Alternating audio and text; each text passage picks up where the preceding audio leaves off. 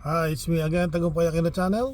At narito po tayo para samahan naman natin si Brother Tol Jeffoy Liwanag Aquino. At nakikita po niya ang surrounding ng workplace niya sa Toronto, Canada. Samahan po natin. Okay, 10-4. Hello mga kababayan, mga brothers and sisters, friends. Nung nakaraan pinakita ko lang portion. Now pakikita ko lang sa inyo ngayon yung kabuuan ng aking iniikutan at yung kabuuan ng nakapaligid ng mga puno dito sa facilities na aking pinagtatrabahuan. Kung nakikita ninyo yung dating nakapal-kapal pa na mga dahon na iba-ibang kulay, ngayon naman makita nyo iba nagmumukha na yung mga ibang puno, wala ng dahon, talaga naglalagas na. At makikita nyo sa baba ng lupa marami na nagkalat na iba't ibang kulay ng dahon. Yan ang itsura. Kaya ilang araw pa talaga makikita nyo puro sanga na, wala nang halos sa mga dahon na matitira. Ayan sila, oh. Ayan, oh. Ayan. Ang gandang tingnan habang habang nasa puno pa silang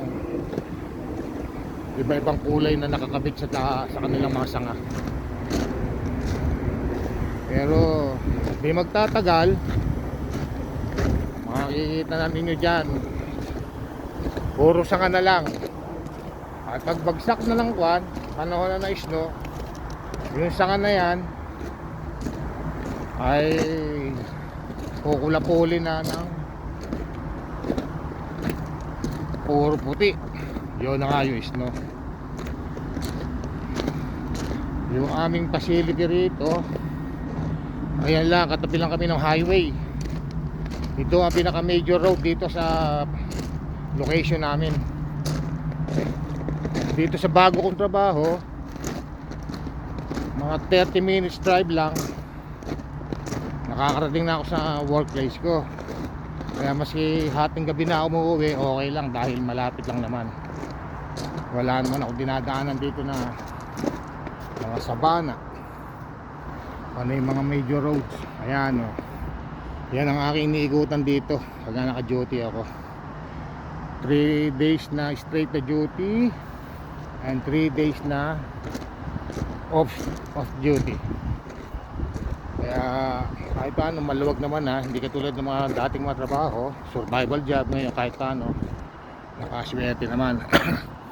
Dito yung mga building na to, meron sila rito mga yung mga tenants ng nagmamanage ng ng swimming pool, basketball, aerobics, nagyo-yoga. Meron din ditong school. Ito Jewish company. Jewish ang may-ari ng facility. Maraming tenants. Okay, until here at trabaho na naman. Bye bye. Maraming salamat po sa pagsama nyo sa amin ni Brother Jeffoy, Brother Liwanag Aquino, sa paligid ng kanyang trabaho. At pag nalagis na po yung mga dahon, snow na po, snow season na yon. Snow season, magbabagsakan na po yung mga snow. At makikita rin po natin yun. Okay, 10-4.